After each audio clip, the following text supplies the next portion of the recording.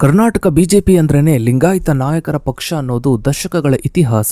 ಆದ್ರೆ ಈಗ ಬಿಜೆಪಿ ಪಾಳೆಯದ ಒಳಗಡೆ ನಡೀತಾ ಇರುವುದು ಬೇರೆಯದ್ದೇ ಲೆಕ್ಕಾಚಾರ. ಅಕ್ಷರಶಃ ಲಿಂಗಾಯತ ನಾಯಕರನ್ನ ಮೂಲೆಗುಂಪು ಮಾಡಿ ಒಕ್ಕಲಿಗ ಹಾಗೂ ಬ್ರಾಹ್ಮಣ ನಾಯಕರ ಕೈಗೆ ಪಾರ್ಟಿಯ ನಾಯಕತ್ವವನ್ನ ಕೊಡೋದಕ್ಕೆ ಹೈಕಮಾಂಡ್ ಹೆಣೆದಿರುವ ಆ ದೊಡ್ಡ ತಂತ್ರವಾದ್ರೂ ಏನು?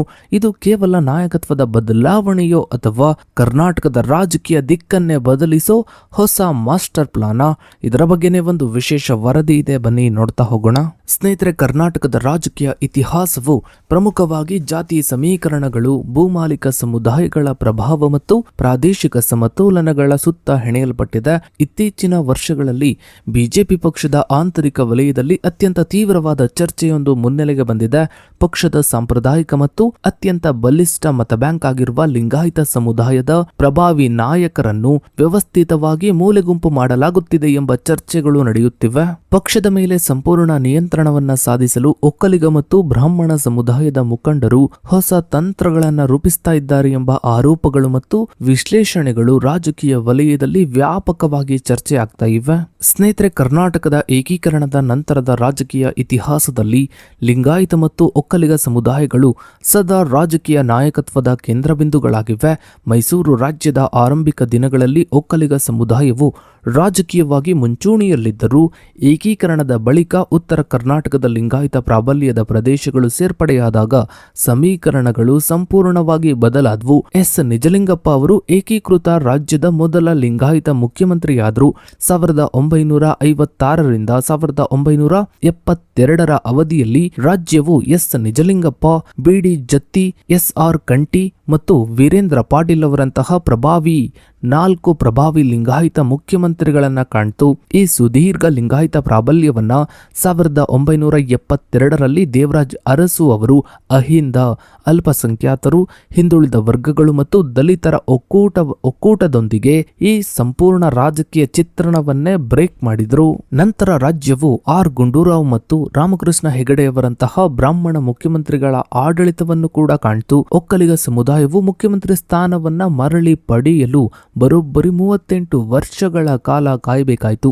1990ರಲ್ಲಿ ಕಾಂಗ್ರೆಸ್ ಪಕ್ಷದ ರಾಷ್ಟ್ರೀಯ ನಾಯಕತ್ವವು ಲಿಂಗಾಯತ ನಾಯಕರಾದಂತಹ ವೀರೇಂದ್ರ ಪಾಟೀಲ್ ಅವರನ್ನ ನಡೆಸಿಕೊಂಡ ರೀತಿಯಿಂದ ಬೇಸತ್ತ ಸಮುದಾಯವು ಸಂಪೂರ್ಣವಾಗಿ ಕಾಂಗ್ರೆಸ್ನಿಂದ ದೂರ ಸರಿದು ಬಿಜೆಪಿಯ BS ಯಡಿಯೂರಪ್ಪ ಅವರ ಹಿಂದೆ ಸಂಘಟಿತವಾಯಿತು.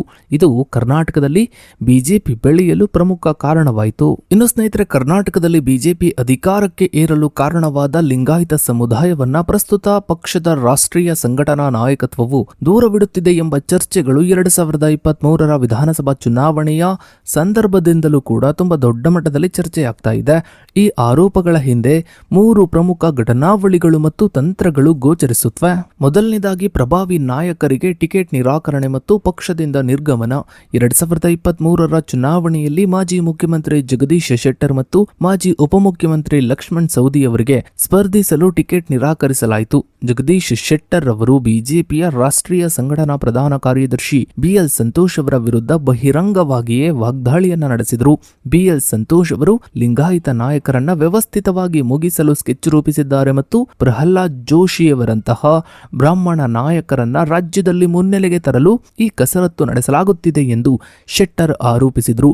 ಯಡಿಯೂರಪ್ಪ ಅವರ ಹೆಗಲ ಮೇಲೆ ಬಾಣವನ್ನ ಇಟ್ಟು ತಮ್ಮನ್ನ ಮುಗಿಸಲು ಪಕ್ಷ ಯತ್ನಿಸುತ್ತಿದೆ ಎಂದು ಇವರು ವಾದಿಸಿದರು. ಇನ್ನು ಎರಡನೆಯದ್ದು, ಬ್ರಾಹ್ಮಣ ಮುಖ್ಯಮಂತ್ರಿಯ ಸೃಷ್ಟಿಯ ಚರ್ಚೆ. ಮಾಜಿ ಮುಖ್ಯಮಂತ್ರಿ HD ಕುಮಾರಸ್ವಾಮಿ ಅವರು 2023ರ ಫೆಬ್ರವರಿಯಲ್ಲಿ ನೀಡಿದ ಹೇಳಿಕೆಯೊಂದು ಈ ಚರ್ಚೆಗೆ ತೀವ್ರ ವೇಗವನ್ನ ನೀಡಿತು. ದೆಹಲಿಯಲ್ಲಿ ನಡೆದ RSS ಗುಪ್ತಾ ಸಭೆಯೊಂದರಲ್ಲಿ ಪ್ರಹ್ಲಾದ್ ಜೋಶಿ ಅವರನ್ನ ಕರ್ನಾಟಕದ ಮುಂದಿನ ಮುಖ್ಯಮಂತ್ರಿಯನ್ನಾಗಿ ಮಾಡಲು ನಿರ್ಧರಿಸಲಾಗಿದೆ ಮತ್ತು ಇವರು ಪೇಶ್ವೆಗಳ ಹಿನ್ನೆಲೆಯುಳ್ಳ ಬ್ರಾಹ್ಮಣ ಸಮುದಾಯಕ್ಕೆ ಸೇರಿದ್ದವರಾಗಿದ್ದಾರೆ ಎಂದು ಆರೋಪಿಸಿದರು. ಅಷ್ಟೇ ಅಲ್ಲದೆ ಶೃಂಗೇರಿ ಮಠದ ಮೇಲೆ ದಾಳಿ ನಡೆಸಿದ ಪೇಶ್ವೆ ಸಮುದಾಯಕ್ಕೆ ಸೇರಿದ ವ್ಯಕ್ತಿ ಇವರು ಅಂತ ಆರೋಪಿಸಿದ್ರು. ಇದು ಬಿಜೆಪಿಯಲ್ಲಿ ಭವಿಷ್ಯದ ನಾಯಕತ್ವವನ್ನು ಲಿಂಗಾಯತರ ಕೈಯಿಂದ ತಪ್ಪಿಸಿ ಬ್ರಾಹ್ಮಣ ಸಮುದಾಯಕ್ಕೆ ಹಸ್ತಾಂತರಿಸುವ ಯೋಜನೆಯ ಭಾಗವಾಗಿದೆ ಎಂಬ ಅನುಮಾನಗಳು ದಟ್ಟವಾಗಿತ್ತು. ಇನ್ನು ಮೂರನೆಯದ್ದು, ಯಡಿಯೂರಪ್ಪನವರ ಅಧಿಕಾರಾವಧಿ ಕಡಿತ. ಲಿಂಗಾಯತ ಸಮುದಾಯದ ಪರಮೋಚ್ಚ ನಾಯಕರಾಗಿದ್ದ BS ಯಡಿಯೂರಪ್ಪನವರನ್ನ ಅವಧಿಗೂ ಮುನ್ನವೇ ಮುಖ್ಯಮಂತ್ರಿ ಸ್ಥಾನದಿಂದ ಕೆಳಗಿಳಿಸಿದ್ದು ಸಮುದಾಯದ ಸ್ವಾಭಿಮಾನಕ್ಕೆ ಧಕ್ಕೆ ತಂದಿತ್ತು ಎಂಬ ಭಾವನೆ ವ್ಯಾಪಕವಾಗಿತ್ತು. ಯಡಿಯೂರಪ್ಪನವರ ನಿರ್ಗಮನ ತೀರ್ಮಾನವು ಬಿಜೆಪಿಯಲ್ಲಿ ಲಿಂಗಾಯತ ಯುಗದ ಅಂತ್ಯ ಹಾಡಲು ಹೈಕಮಾಂಡ್ ರೂಪಿಸಿದ ಪೂರ್ವ ನಿಯೋಜಿತ ಕಾರ್ಯಸೂಚಿ ಎಂಬ ಚರ್ಚೆಗಳು ತಳಮಟ್ಟದ ಕಾರ್ಯಕರ್ತರಲ್ಲಿ ಇಂದಿಗೂ ಕೂಡ ಇದೆ. ಇನ್ನು ಸ್ನೇಹಿತರೆ, ಲಿಂಗಾಯತ ನಾಯಕತ್ವದ ಪ್ರಭಾವವನ್ನ ಸರಿದೂಗಿಸಲು ಮತ್ತು ಪಕ್ಷದ ಆಡಳಿತ ಶೈಲಿಯನ್ನ ಪ್ರಾದೇಶಿಕ ನಾಯಕ ಕೇಂದ್ರಿತ ಮಾದರಿಯಿಂದ ಸಂಘಟನಾ ಕೇಂದ್ರಿತ ಮಾದರಿಗೆ ಬದಲಾಯಿಸಲು ಒಕ್ಕಲಿಗ ಮತ್ತು ಬ್ರಾಹ್ಮಣ ನಾಯಕರ ಜಂಟಿ ಒಕ್ಕೂಟವೊಂದು ತಂತ್ರವನ್ನ ರೂಪಿಸ್ತಾ ಇದೆ ಎಂಬುದು ಸದ್ಯದ ಪ್ರಮುಖ ರಾಜಕೀಯ ಚರ್ಚೆಯಾಗಿದೆ. 2023ರ ವಿಧಾನಸಭಾ ಚುನಾವಣೆಯ ಭಾರಿ ಸೋಲಿನ ನಂತರ ಲಿಂಗಾಯತ ಸಮುದಾಯವು ಪಕ್ಷದಿಂದ ಸಂಪೂರ್ಣವಾಗಿ ದೂರ ಸರಿಯದಂತೆ ತಡೆಯಲು ಯಡಿಯೂರಪ್ಪನವರ ಮಗ ಬಿವೈ ವಿಜೇಂದ್ರ ಅವರನ್ನು ರಾಜ್ಯ ಬಿಜೆಪಿ ಅಧ್ಯಕ್ಷರನ್ನಾಗಿ ನೇಮಿಸಲಾಯಿತು. ಆದರೆ ಈ ನೇತೃತ್ವಕ್ಕೆ ಪರ್ಯಾಯ ಸಮತೋಲನವಾಗಿ ಒಕ್ಕಲಿಗ ಸಮುದಾಯದ ಹಿರಿಯ ನಾಯಕ ಆರ್ ಅಶೋಕ್ ಅವರನ್ನ ವಿಧಾನಸಭೆಯ ಪ್ರತಿಪಕ್ಷದ ನಾಯಕನನ್ನಾಗಿ ನಿಯೋಜಿಸಲಾಯಿತು. ಈ ಮೂಲಕ ರಾಜಕೀಯ ಅಧಿಕಾರವನ್ನ ಹಂಚಿಕೆ ಮಾಡುವ ನೆಪದಲ್ಲಿ ಒಕ್ಕಲಿಗ ನಾಯಕರಿಗೆ ಹೆಚ್ಚಿನ ಪ್ರಾತಿನಿಧ್ಯ ನೀಡಲಾಯಿತು. ಇನ್ನು ಹಳೆ ಮೈಸೂರು ಭಾಗದಲ್ಲಿ ಒಕ್ಕಲಿಗ ಮತಗಳ ಭದ್ರಕೋಟೆಯನ್ನ ಹೊಂದಿರುವ ಜೆಡಿಎಸ್ ಪಕ್ಷದೊಂದಿಗೆ ಬಿಜೆಪಿ ಮೈತ್ರಿಯನ್ನ ಮಾಡಿಕೊಳ್ತು.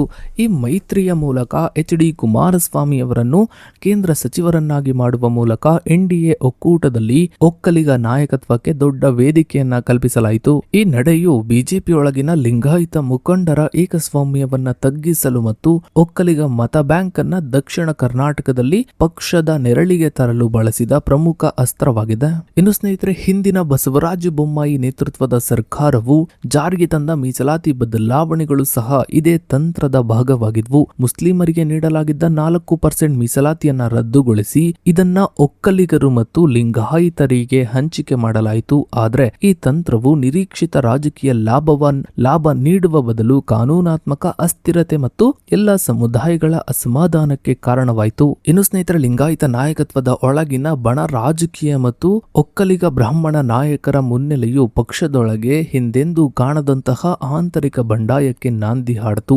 ವಿಜೇಂದ್ರ ಅವರ ನೇಮಕಾತಿಯನ್ನ ತೀವ್ರವಾಗಿ ವಿರೋಧಿಸಿದ ವಿಜಯಪುರ ನಗರದ ಹಿರಿಯ ಶಾಸಕ ಬಸನಗೌಡ ಪಾಟೀಲ್ ಯತ್ನಾಳ್ ನೇತೃತ್ವದ ಬಣವು ಬಹಿರಂಗವಾಗಿಯೇ ದಂಗೆ ಹೇಳಿತು. ಯತ್ನಾಳ್ ಮತ್ತು ಇವರ ಬೆಂಬಲಿಗರಾದ ರಮೇಶ್ ಜಾರಕಿಹೊಳಿ, ಪ್ರತಾಪ್ ಸಿಂಹ ಮತ್ತು ಕುಮಾರ್ ಬಂಗಾರಪ್ಪ ಅವರು ಯಡಿಯೂರಪ್ಪ ಮತ್ತು ವಿಜಯೇಂದ್ರ ಅವರ ವಿರುದ್ಧ ತೀವ್ರ ವಾಗ್ದಾಳಿಯನ್ನೇ ನಡೆಸಿದರು.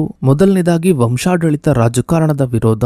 ರಾಷ್ಟ್ರೀಯ ಮಟ್ಟದಲ್ಲಿ ಕಾಂಗ್ರೆಸ್ನ ಕುಟುಂಬ ರಾಜಕಾರಣವನ್ನ ವಿರೋಧಿಸುವ ಬಿಜೆಪಿ ರಾಜ್ಯದಲ್ಲಿ ಯಡಿಯೂರಪ್ಪನವರ ಕುಟುಂಬಕ್ಕೆ ಮಣೆ ಹಾಕುತ್ತಿರುವುದು ಸಿದ್ಧಾಂತಕ್ಕೆ ದ್ರೋಹ ಬಗೆದಂತೆ ಎಂದು ವಾದಿಸಿದ್ರು. ಇನ್ನು ರಾಜಕಾರಣದ ಆರೋಪ. ವಿಜೇಂದ್ರ ಮತ್ತು ಕಾಂಗ್ರೆಸ್ ಪಕ್ಷದ ಪ್ರಭಾವಿ ನಾಯಕರು ಒಳ ಒಪ್ಪಂದ ಮಾಡಿಕೊಂಡಿದ್ದು ರಾಜ್ಯ ಸರ್ಕಾರದ ಹಗರಣಗಳ ವಿರುದ್ಧ ಕಠಿಣ ಹೋರಾಟ ನಡೆಸಲು ಹಿಂಜರಿಯುತ್ತಿದ್ದಾರೆ ಎಂದು ಆರೋಪಿಸಿದ್ರು. ಇನ್ನು ಉತ್ತರ ಕರ್ನಾಟಕದ ಲಿಂಗಾಯತರ ಉಪೇಕ್ಷೆ. ದಕ್ಷಿಣ ಕರ್ನಾಟಕದ ಲಿಂಗಾಯತರಾದ ಯಡಿಯೂರಪ್ಪ ಕುಟುಂಬಕ್ಕೆ ಸದಾ ಆದ್ಯತೆ ನೀಡಲಾಗುತ್ತಿದ್ದು ಉತ್ತರ ಕರ್ನಾಟಕದ ಬೃಹತ್ ಲಿಂಗಾಯತ ಜನಸಂಖ್ಯೆಯನ್ನ ಪ್ರಾತಿನಿಧ್ಯದಿಂದ ವಂಚಿಸಲಾಗುತ್ತಿದೆ ಎಂದು ಯತ್ನಾಳ್ ಆರೋಪಿಸಿದರು. ಒಟ್ಟಾರೆಯಾಗಿ ರಾಜ್ಯ ಬಿಜೆಪಿಯಲ್ಲಿ ಹೊಸ ನಾಯಕತ್ವವನ್ನ ಮುನ್ನೆಲೆಗೆ ತರುವುದಕ್ಕೆ ಹೈಕಮಾಂಡ್ ಎಲ್ಲಾ ರೀತಿಯ ತಯಾರಿಯನ್ನ ಮಾಡಿಕೊಂಡಂತೆ ಕಾಣ್ತಾ ಇದೆ.